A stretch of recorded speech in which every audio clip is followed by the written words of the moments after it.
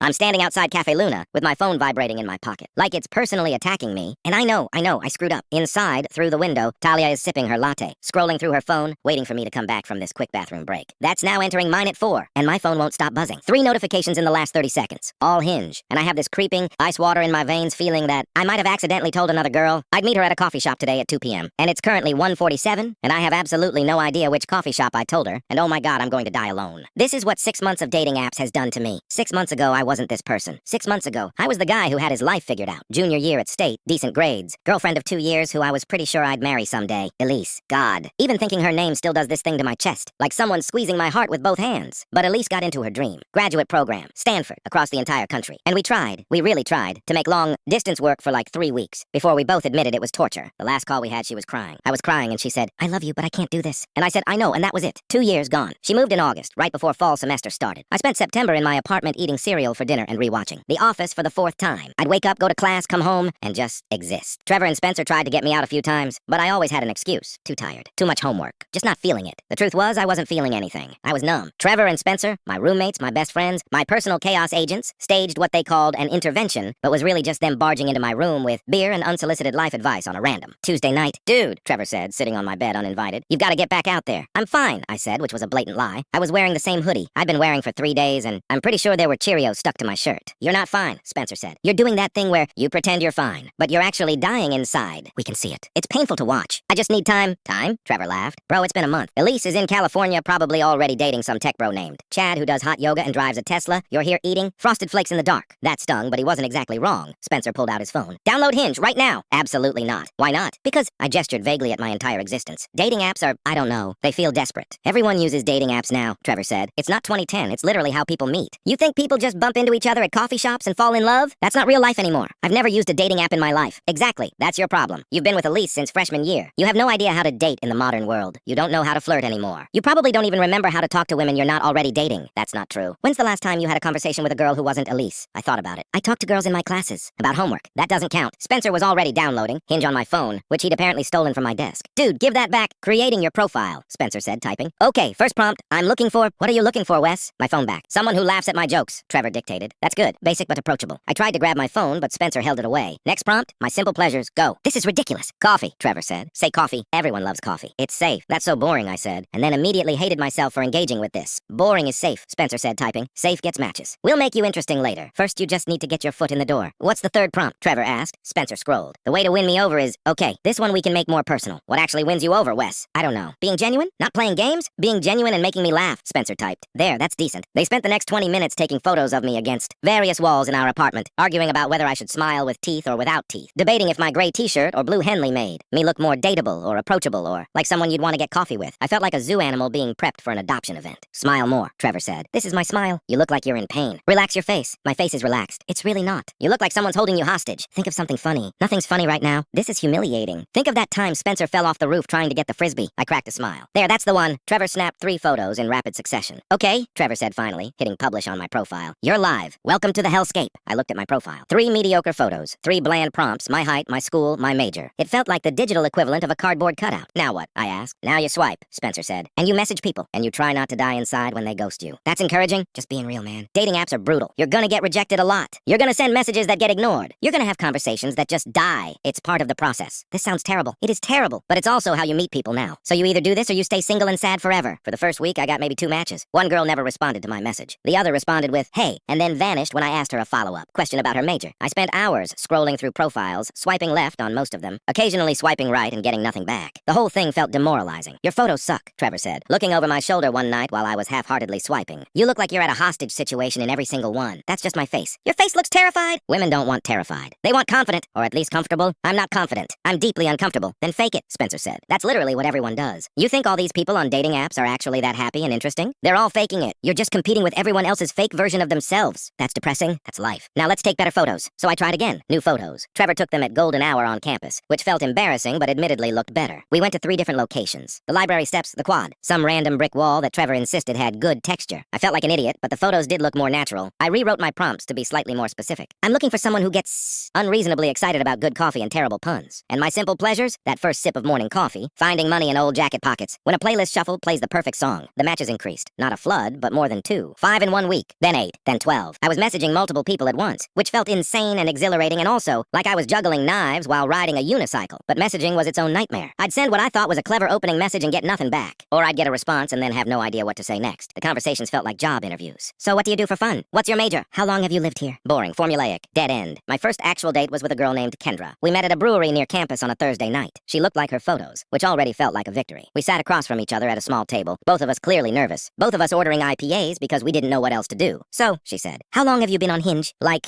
3 weeks? Is that good or bad? That's pretty new. I've been on for 6 months. Oh, wow. How's that going? She laughed, but it sounded tired. You're date number 32. My brain short-circuited. 32? I know, it's a lot. Most of them were bad. You seem okay so far, though. That's reassuring. Sorry, I know that's a weird thing to say. I've just done this so many times, I've lost the ability to pretend it's exciting. No, I get it. This is only my first date from the apps, so I'm still in the everything is terrifying phase. Oh, you're a baby. That's kind of cute. The conversation was fine. Not great, not terrible. She talked about her psychology major, her internship at a counseling center, her roommate who apparently never cleaned and left dishes in the sink for days. I talked about my marketing classes, my roommates, the breakup, which I immediately regretted bringing up, because her face did this sympathetic thing that made me feel pathetic. How long ago was the breakup? She asked. About 2 months now. That's pretty recent. Are you over it? I think so. I mean, I'm here. I wouldn't be dating if I wasn't ready. She nodded, but I could tell she was skeptical. Just be careful. A lot of guys go on dating apps right after breakups and they're not actually ready. They just don't want to be alone. I'm not trying to use anyone as a rebound. I didn't say you were. I'm just saying, be honest with yourself about what you're looking for. After an hour, we both kind of ran out of things to say. She checked her phone twice in 5 minutes. I started peeling the label off my beer bottle. We did the awkward "this was fun" hug in the parking lot, and I knew neither of us was going to text the other again. I sat in my car afterward and texted Trevor. That was painful. He replied, first one always is. You'll get better. Date number 2 was Paige. Coffee date, Sunday morning. A place near campus that apparently had the best lattes in town. She showed up in full workout gear. Leggings, sports bra visible under a cropped hoodie, hair in a high ponytail. Sorry, she said, sitting down. Just came from the gym. I don't have time to change before my next thing. No worries. What's your next thing? Another gym session? I do 2 a day. Morning is lifting, afternoon is cardio. Oh, wow, that's dedicated. And then she spent 45 minutes talking about her CrossFit routine, her macros, her meal prep, her PR on deadlifts, and the guy at her gym, who kept trying to correct her form, even though she'd been doing this for 3 years. She asked me exactly 0 questions about myself. I nodded a lot and wondered if this was just what dating was now. When I finally escaped and got to my car, I texted Spencer, send help. I just sat through a 45-minute lecture on macros. Spencer, yikes, better luck next time. But next time wasn't better. Date 3 was Mallory, who showed up 20 minutes late to dinner, without apologizing or even acknowledging it. She sat down, ordered the most expensive thing on the menu, a steak with all the add-ons, and then spent the entire dinner on her phone. Sorry, she said, not looking up. My ex keeps texting me. He's being so dramatic. Oh, that's tough, right? Like we broke up 3 months ago. He needs to move on. But he keeps sending me these long messages about how I was the best thing that ever happened to him, and he made a mistake letting me go. Are you thinking about getting back together? No, God, no. He was terrible. But it's kind of nice to hear him grovel, you know? I didn't know. I had no idea what to say to that. When the check came, she said, you've got this, right? And I said, yeah, because I didn't know what else to say. And then she left without even a goodbye. Just stood up, grabbed her purse, said thanks for dinner, and walked out. I sat there alone for a minute, staring at the $80 check, wondering what I'd done wrong. Or if I'd done anything wrong, maybe this was just dating now. Maybe everyone was this terrible. I sat in my car afterward and had a legitimate moment of wondering if I should just give up. These dates are terrible, I told Trevor the next day. I was lying on the couch, staring at the ceiling, feeling defeated. They're supposed to be terrible at first, he said. You're building experience points. It's like a video game. You suck at the beginning, then you level up. I don't want to level up. I want to find one person and be done. That's not how it works anymore, dude. You gotta play the game. You gotta go on the bad dates to figure out what you actually want, and to figure out how to be better at dating. I don't know how to be better at dating. Then you keep practicing. You learn from each one. What worked, what didn't, what to avoid next time. What if I go on 50 dates and they're all terrible? Then on date 51, you'll have learned 50 things not to do. So I kept playing. I matched with a girl named Sienna who sent me a voice note instead of a text, which felt weirdly intimate but also kind of great because I could hear her actual personality. She was funny, sarcastic, sent me a 3-minute ramble about why she thought pineapple on pizza was a conspiracy. Theory designed to divide humanity. I sent one back, stumbling over my words, but she said she liked my voice. And we messaged for a week straight before scheduling a date. We were supposed to meet on Saturday at 3 p.m. I got there at 2:55, grabbed a table, ordered a coffee, and waited. At 3:15, she texted, hey, I'm so sorry. I'm not feeling great today. Rain check? I stared at the message, sitting alone at a table with 2 coffees. Of course, feel better, I typed back. She never rescheduled, ghosted. It happened again 2 weeks later with a girl named Tessa. We'd been texting for days. Really good banter, actual chemistry. We made plans for Thursday. Wednesday night, I texted to confirm. No response. Thursday morning, I texted again. Nothing. Thursday afternoon, I checked Hinge and saw she'd unmatched me. Like I'd ceased to exist. Don't take it personally, Spencer said when I told him. Everyone ghosts everyone. It's not about you. It feels personal. It's not. People are just busy, or overwhelmed, or they met someone else, or they got scared, or they're talking to 10 people at once and you were number 11, or literally any reason. You can't control it. You can only control how you react. I hated that he was right, but something shifted around week 8. I figured out my texting style. Casual, slightly funny, asking actual questions instead of just saying, hey, what's up? I learned to reference something specific from their profile. I learned to suggest concrete plans instead of vague, we should hang out sometime statements. I stopped overthinking every message and just sent them. The matches kept coming, 10 in a week, then 15. My phone was constantly buzzing with notifications. New matches, new messages, new conversations. conversations overlapping. I had a note on my phone where I tracked names and details because I genuinely couldn't remember who was who anymore. I went on dates with Camille and Marin in a different Paige and Talia. Some were fine, some were forgettable, none of them clicked. But I was getting better at it. Better at conversation, better at reading whether there was chemistry, better at knowing when to cut my losses and when to ask for a second date. You've got 3 dates this weekend? Trevor asked one night, reading over my shoulder while I was organizing my calendar. 4, technically. 1 Friday, 2 Saturday, 1 Sunday. Holy shit! When did you become a player? I'm not a player. I'm exhausted. Do you know how much mental energy it takes to keep track of 4 different conversations with 4 different people, who you're supposed to treat like they're each the only person you're talking to? That's the game, man. I hate the game. Friday was drinks with Camille, who was cute and smart and worked at a startup downtown. We talked for 2 hours, laughed a lot, had actual chemistry. She kissed me in the parking lot, quick, nervous but real, and said, "Text me." And I said, "I will," and I meant it. Saturday morning was coffee with Marin, who told me within 5 minutes that she was definitely not looking for anything serious and just wanted to keep things casual, which would have been fine, except I was absolutely looking for something serious. And we both knew immediately this wasn't going anywhere. We parted ways after 30 minutes. Saturday evening was dinner with the different Paige, which was confusing because I'd dated a Paige before and halfway through the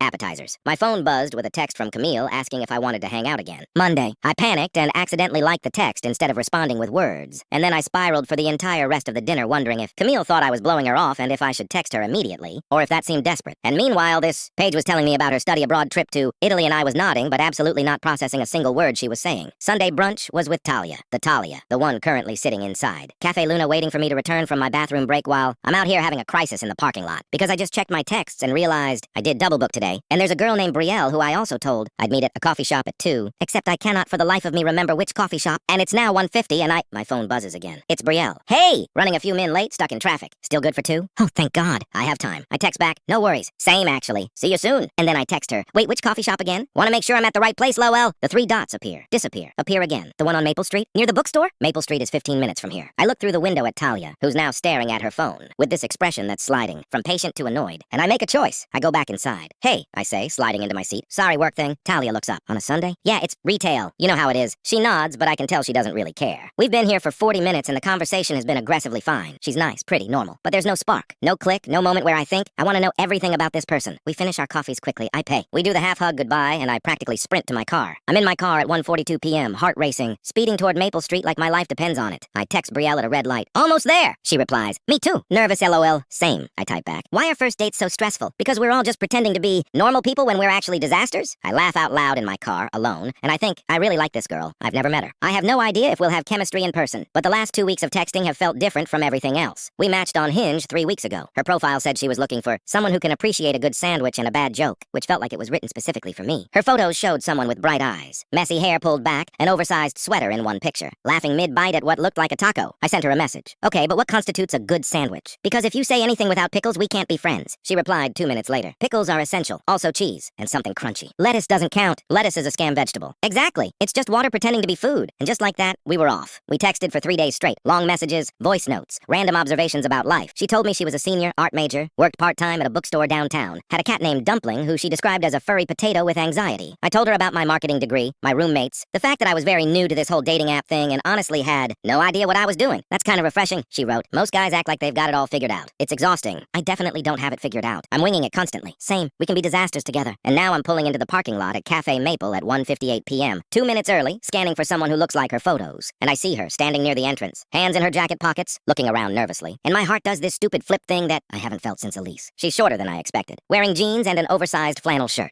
dark hair pulled into a messy ponytail. She's biting her lip, looking at her phone. And then she looks up and sees me and her entire face lights up. "Wes? Brielle? Oh my God, hi!" She laughs, and it's the same laugh from her voice. Notes, bright and real and a little nervous. "You're taller than I thought. You're shorter than I thought." I know, I'm a hobbit. Should have warned you. We stand there for a second, both of us grinning like idiots. And then we go inside and order. She gets an iced latte with oat milk. I get a regular coffee because I'm boring, and we sit at a small table by the window, and suddenly I have no idea what to say. "So," she says. "So," I say. "This is weird, right? Like, we've been talking for weeks, but now we're actual humans in the same physical space, and my brain is blank. Oh, thank God it's not just me." She laughs, and the tension breaks a little. "Okay, rapid-fire question to get us started. Best sandwich you've ever had. Go." "Oh, easy. There's this deli near my apartment that makes this turkey bacon avocado thing with, like, some kind of spicy mayo, and it's life-changing." "Your turn." "Okay, so there's this place in my hometown that does a roast beef, and cheddar with horseradish and these crispy onions, and I think about it like once a week. I have dreams about this sandwich." "That sounds incredible." "It is. I'd drive 4 hours just to eat it again. My family thinks I'm insane, but they don't understand. Once you've had the perfect sandwich, everything else is just disappointing. I feel that way about pizza. There's this place back home that I haven't found an equivalent to here, and I'm genuinely sad about it." "What kind of pizza?" "Thin crust, barely any sauce, lots of cheese, and they do this thing where they put fresh basil on it after it comes out of the oven, so it's but still bright green and fragrant. It's perfect. Okay, now I'm hungry. Me too. Should we have gotten food? Probably, but I was too nervous to eat before this. Same. I had like 3 bites of a granola bar and then gave up. We talk about sandwiches for 10 minutes, which sounds insane, but is actually perfect because it's low stakes and silly, and lets us both relax. Then we talk about coffee. She's very particular about it, has opinions on different roasting methods and brewing techniques that I don't understand but love hearing about anyway. We talk about books. She's reading 3 at once, which she admits is unhinged behavior, but she can't help herself. What are you reading right now? I ask. Okay, so one is this literary fiction thing about a woman who moves to Japan and starts a new life. One is a romance novel that my friend swore would make me cry. And one is a book about color theory because I'm a nerd. Are you crying at the romance novel? I'm like 100 pages in and nothing's happened yet, except they keep almost kissing and then getting interrupted. It's driving me insane. That's the worst. Just kiss already. Right? I'm about to throw the book across the room. We talk about her cat Dumpling, who apparently knocked over a full glass of water onto her laptop last week and she thought she'd killed it. I was genuinely mourning, she says. I had this whole moment where I was like, this is it. I'm gonna have to buy a new laptop. I can't afford this. Dumpling has financially ruined me. But then it survived. He's on thin ice, though. Does he know he's on thin ice? Absolutely not. He has no awareness of his crimes. He walked away like nothing happened and then demanded treats. That's very cat behavior. It is. I love him, but he's a menace. I'm laughing, really laughing, and she's laughing too. And an hour passes without me noticing. Then 2 hours. We order a second round of drinks. She tells me about her art, paintings mostly, abstract stuff that she describes as controlled chaos, which feels fitting. What do you paint? I ask. Feelings mostly. I know that sounds pretentious, but I don't know how else to describe it. Like I'll be feeling something, stressed, or happy, or confused, or whatever, and I just start putting colors on canvas until it feels right. That doesn't sound pretentious. That sounds cool. Most people think it's weird. They want paintings of things they can recognize, like a tree or a sunset or whatever, but I'm not interested in painting what things look like. I want to paint what they feel like. I think I'd like to see your work sometime. Really? Yeah. I mean, I know nothing about art, but I'd like to understand what you're seeing when you make it. She smiles and there's something vulnerable in it. Most people don't ask about my art. Why not? I don't know. Maybe they think it's not a real thing? Like, oh, you're an art major, that's cute. What are you going to do with that? Oh, as if the only point of learning something is to make money from it? That's frustrating. It is, but whatever. I'm not doing it for them. I'm doing it because I can't imagine doing anything else. I tell her about my classes, my complete lack of direction regarding my future, the fact that I'm supposedly getting a marketing degree, but I have no idea if I actually want to work in marketing. So why marketing? She asks. Honestly, because I needed to pick something and it seemed practical. My advisor was like, you're good with people. You're decent at writing. Marketing makes sense. And I was like, okay, sure. Do you like it? Some of it. The psychology part is interesting. Figuring out what makes people respond to certain messages. But I don't know if I want to spend my life convincing people to buy things they don't need. That's fair. So what do you actually want to do? I have no idea. Isn't that terrible? I'm a junior in college and I have zero plan for my life. I think that's okay. I don't think anyone really knows what they're doing. We're all just making it up as we go. We keep talking and I realize I'm not even nervous anymore. This feels easy, natural, like talking to someone I've known for years instead of someone I just met 2 hours ago. At some point, I glance at my phone and realize it's almost 5 p.m. Holy shit, I say. We've been here for 3 hours. No way. She checks her phone. Oh my god, they're definitely judging us. I look around. The cafe is mostly empty now, and the barista is wiping down tables with pointed enthusiasm, clearly ready for us to leave. We should probably go, she says, but she doesn't move. Yeah, I say, but I don't move either. We sit there for another minute, neither of us wanting to end this. And then finally we stand up and walk outside. The sun is setting, the air is cool, and we're standing in the parking lot like two people who don't know how to say goodbye. This was really fun, she says. Yeah, really fun. Can we do it again? Yes, absolutely. When are you free? She laughs. Eager much? I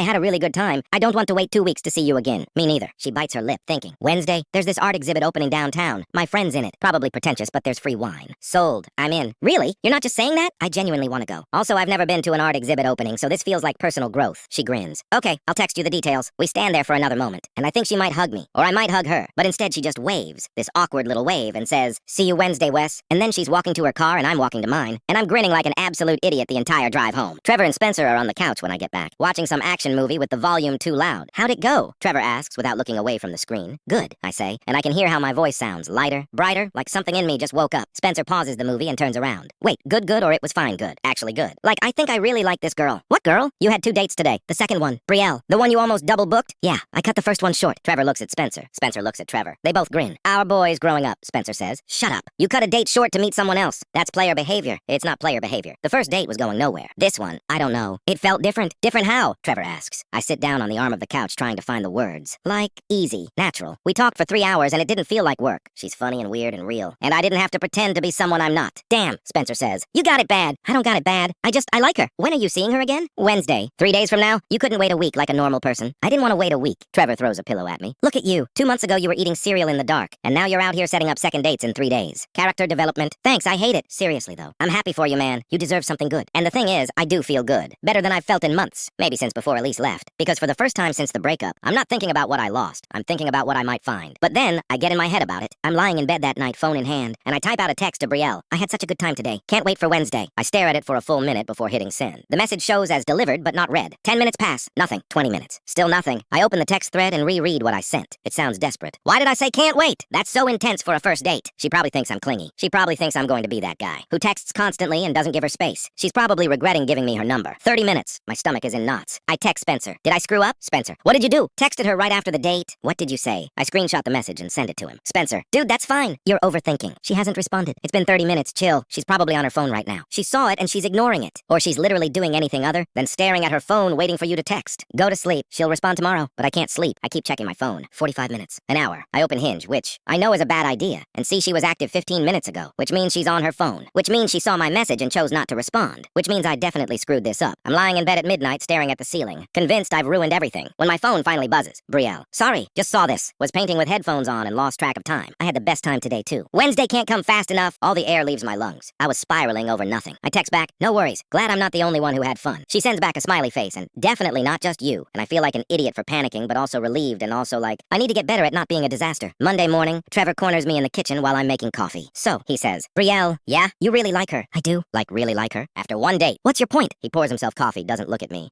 You literally just got out of a 2-year relationship 6 months ago. Are you sure you're ready for something serious again? Because it kind of seems like you're jumping into this pretty fast. I don't know if it's going to be serious. We've been on one date. Okay, but you deleted all your other matches. Spencer told me. So that's a big move for someone you just met. What if this doesn't work out? What if you're putting all your eggs in one basket and then you're back to square one? Why are you saying this? He finally looks at me. I'm just checking in, man. I don't want you to rebound into something because you're trying to fill an Elise-shaped hole. You've been doing so well the last few weeks. You're happy, you're confident, you're meeting people. I just don't want you to rush into something because it feels good right now. That stings. You think that's what this is? A rebound? I don't know. You tell me. When you're with Brielle, are you thinking about Elise? I think about it. Really think about it. No, when I'm with Brielle, I'm thinking about Brielle. I'm not trying to replace Elise or recreate what we had. This feels different, new. Okay, then I'm happy for you. Just be careful, yeah? And be honest with yourself about what you're ready for. Yeah, I will. But his words stick with me for the rest of the day. Am I moving too fast? Is this a rebound? Am I ready for this? By the time Wednesday arrives, I've talked myself in and out of going about 15 times. I show up at the gallery, and when Brielle walks up wearing a black dress and denim jacket, all my anxiety dissolves. Hi, she says, smiling. Hi, you look. Wow, thanks. You clean up nice too. The gallery is pretentious and weird. Abstract art that I don't understand. People in all black saying things like, the juxtaposition is so visceral. But Brielle explains the pieces in a way that makes them interesting, pointing out brushstrokes and color choices and compositional things I would have never noticed. What? She says, catching me staring at her instead of the art. Nothing. You really love this stuff. Yeah, is that nerdy? It's not nerdy. It's cool. You light up when you talk about it. She blushes. Okay, enough art. Let's get wine. We grab cheap wine in plastic cups and find a corner away from the crowd. So, she says, tell me something real. Real? Yeah, something you don't normally tell people on a second date. I take a breath. Okay, the breakup I mentioned, her name was Elise. We were together for 2 years. She moved across the country for grad school, and we tried long distance, but it didn't work. And for a while after, I kinda convinced myself I'd never feel that way about anyone again. And now,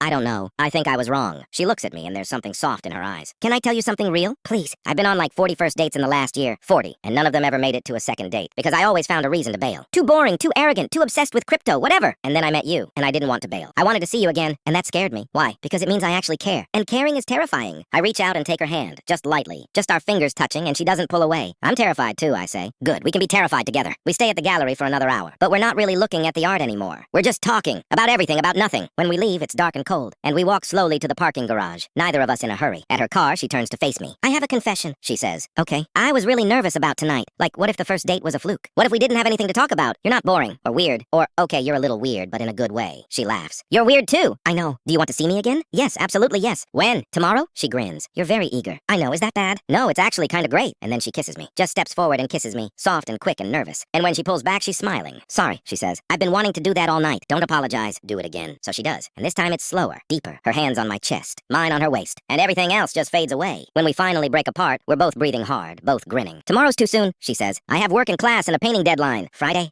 but you're texting me before then. I'm texting you the second I get home. Good. I watch her drive away, and I'm standing in the parking garage alone, feeling like my entire chest might explode. I text Trevor and Spencer in the group chat. I think I'm in trouble. Trevor, good trouble or bad trouble? Good trouble. Really good trouble. Spencer sends back a string of emojis, and I drive home with the radio loud, thinking about how 6 months ago I was sure I'd never get over Elise, and now I'm not thinking about her at all. But then something happens. We're texting throughout the day. Normal stuff. Easy conversation. And then around 2 p.m., she goes quiet. I send a message asking how her painting is going. No response. I wait an hour and send a meme I think she'd find funny. Nothing. By evening, I'm checking my phone every 5 minutes. Her last text was at 1:47 p.m. It's now 8 p.m. Over 6 hours. I open Hinge even though I know I shouldn't, and see she's been active recently. My stomach drops. She's on the app. While ignoring my messages, I text Spencer. She's ghosting me. Spencer. After 2 dates? Unlikely. She hasn't responded in 6 hours and she's active on Hinge. Maybe she's just busy. Or her phone died. Or literally any other explanation. Or she's talking to other people and realizing I'm not that interesting. Dude, you're spiraling again. He's right. I'm spiraling. But I can't stop. Friday morning, still nothing. I wake up to 0 new messages, and my brain immediately goes to, this is over. I screwed it up somehow. She's done. I text her at 10 a.m. Hey, just checking in. Still good for tonight? 3 hours later, she responds. Hey, yeah, sorry, been swamped with this painting. It's due Monday and it's not going how I want. See you at 7. Relief floods through me. That works. Can't wait. But there's still this nagging feeling. She was distant. Something felt off. We meet at the pizza place at 7, and the second I see her, I can tell something's wrong. She's smiling, but it doesn't reach her eyes. She's distracted, checking her phone twice in the first 10 minutes. Everything okay? I ask. Yeah, fine. Just stressed about this painting. Want to talk about it? Not really.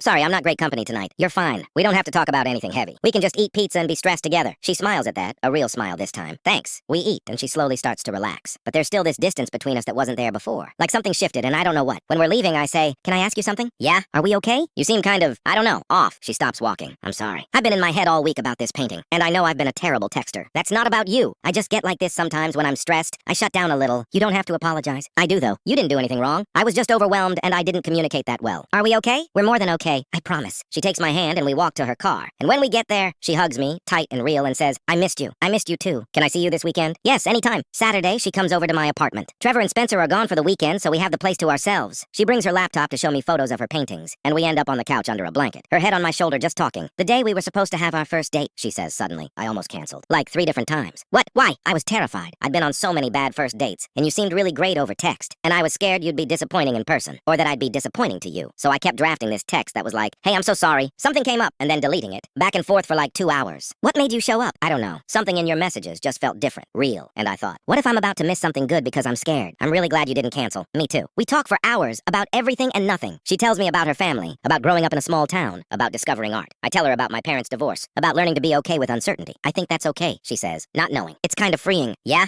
we can figure it out together. And that word, together, settles into my chest like a promise. By the time she leaves, it's after midnight. We spend 10 minutes saying goodbye at the door. And when she kisses me, it feels different, deeper, more certain. Text me when you wake up tomorrow, she says. I will. I mean it. I want to know you're thinking about me. I'm always thinking about you. She grins, and then she's gone. The next few weeks are good? Really good. We see each other constantly, text all day, fall into this rhythm that feels natural. But then, 3 weeks in, my phone buzzes with a text from a number I haven't heard from in months. Elise. Hey Wes, hope you're doing well. Just wanted to check in. I stare at the message. My first instinct is panic. Why is she texting me? What does she want? But then I realize I don't really care. I'm at Brielle's apartment when it comes through, and she's in the kitchen making coffee. Hey, I say. She comes back into the living room. Yeah, my ex just texted me. Her eyes widen slightly. Oh, what did she say? Just checking in, hoping I'm doing well. Are you going to respond? I don't know. Should I? She thinks about it. I mean, you can. It's not like you're doing anything wrong, but do you want to? I look at the text again. Not really. Like, I'm over her. That relationship is done, and responding feels like opening a door I don't need open anymore. Then don't respond. Just like that? Just like that. You don't owe her anything. I delete the text. Done. She smiles. That easy? That easy. For what it's worth, I'm glad I told you instead of just handling it on my own. Me too. I appreciate that you did. We go to a pizza place. Our place now. Apparently, and I realize we've been seeing each other for almost 2 months. It feels both incredibly long and impossibly short. I need to tell you something, she says, and my stomach drops. Okay, I love you. I freeze. Not because I don't feel it, I do. I've felt it for weeks, but because I didn't expect her to say it first. You don't have to say it back, she says quickly. I just needed you to know. I didn't want to wait or pretend or I love you too. She stops talking, looks up at me. Really? Yes, really. I've wanted to tell you for like 2 weeks, but I didn't want to scare you off. You couldn't scare me off if you tried. Challenge accepted. She laughs and then she kisses me, and we stay in that booth for another 2 hours just talking, saying I love you over and over because we can, because it's real. It's December now, almost finals week, and we're at Cafe Maple, the same place. We had our first date, and she's studying for an art history exam, while I pretend to work on an essay. Do you ever think about how insane it is that we met? She asks suddenly. All the time. Like you almost didn't show up. You were on another date. Worst decision I almost made. And I almost canceled because I was nervous. Thank God you didn't. Do you think it would have happened anyway? Like if we hadn't matched that day, would we have found each other some other way? I think about it. I don't know. Maybe. But I'm glad we didn't have to find out. Me too. She reaches across the table and takes my hand. Hey, she says. Yeah? I want to show you something. She pulls out her phone and scrolls through photos, then hands it to me. It's a painting. Abstract, but there's something about it. Bright colors breaking through darkness. Chaotic energy that somehow feels hopeful. Like something beautiful emerging from a mess. I started this the night after our first date, she says. I couldn't sleep because I kept thinking about you, so I just started painting. I finished it last week. It's incredible. It's about new beginnings. About finding something good when you're not expecting it. About how sometimes the best things in life come from taking a chance when you're scared. Can I tell you something? Always. You were my last app date too. Like ever. I was planning to delete everything that weekend regardless of how our date went. I was exhausted and discouraged and ready to give up on the whole thing. Her eyes widen. Wait, seriously? Seriously. I'd been on so many terrible dates, and I was starting to think maybe I was just bad at this. That maybe I wasn't ready or maybe I'd never find what I was looking for. And then I met you. I almost canceled, she admits again, that first date. I woke up that morning and drafted like 5 different texts saying I couldn't make it. I was terrified you'd be another disappointment, or that I'd disappoint you. What made you show up? Honestly, I looked at our text thread and reread all our messages, and you made me laugh even when I was panicking. And I thought, what if I'm about to miss the best thing that ever happened to me? Because I'm too scared to try? So I got in my car and drove to Maple Street. And my hands were shaking the whole time, but I went anyway. I'm so glad you did. Me too. Best decision I ever made. She squeezes my hand. Remember when we were talking about sandwiches on our first date? How could I forget? You have dreams about that roast beef sandwich. Still do. But I had this thought the other day. Good sandwiches are like good relationships. You need the right ingredients, but also the right timing. Everything has to come together at the right moment or it doesn't work. That's very philosophical for a sandwich metaphor. I'm serious though. Like if we'd matched a year ago, before your breakup, before all my terrible dates, maybe it wouldn't have worked. But we met at exactly the right time. When we were both ready. When we'd both learned enough to recognize something good when we found it. You really think that? I do. Everything that happened before. All the bad dates, all the ghosting, all the times I almost gave up. It was all leading me to you, to this. I look at her, really look at her, and I think about how 6 months ago, I was sitting in my apartment, heartbroken and hopeless, eating cereal in the dark, convinced I'd never feel this way again. And now I'm here, in this coffee shop where we first met, holding hands with someone who makes me laugh, who challenges me, who makes me want to be better. I'm the lucky one, I say. No, I am. We can both be lucky. She laughs. Deal. And sitting there in that coffee shop, surrounded by the sound of the espresso, machine and quiet conversations and the soft hum of life moving around us, I realize something. I'm not just over Elise. I'm grateful for what happened. Because if she hadn't left, if we hadn't broken up, if I hadn't spent those terrible months downloading, dating apps and suffering through bad first dates and nearly giving up entirely, I never would have found this. Found her. Sometimes the worst thing that happens to you leads you exactly where you need to be. Sometimes you have to go through 40 bad dates to find the one that matters. Sometimes you have to almost give up to find the thing worth holding on to. I love you, I say. I love you too, she says. And that's it. That's the story. No dramatic finale, no grand gesture, just two people who almost gave up, who almost didn't show up, who found each other in the chaos of modern dating and decided to hold on. It's not perfect. We're not perfect, but it's real and it's ours, and honestly, that's everything I ever wanted. She was the reason the other dates never worked. Every wrong turn was leading me to her.